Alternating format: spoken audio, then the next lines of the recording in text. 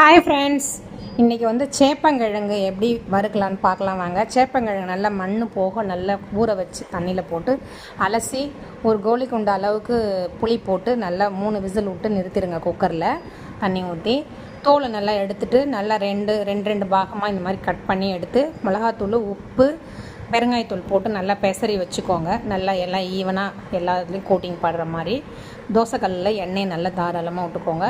அந்த கோட்டிங் பண்ண சேப்பங்கிழங்கு எடுத்து அதில் போட்டு நல்லா அழகாக மொறுன்னு நல்லா எண்ணெய் விட்டு வறுத்து எடுங்க.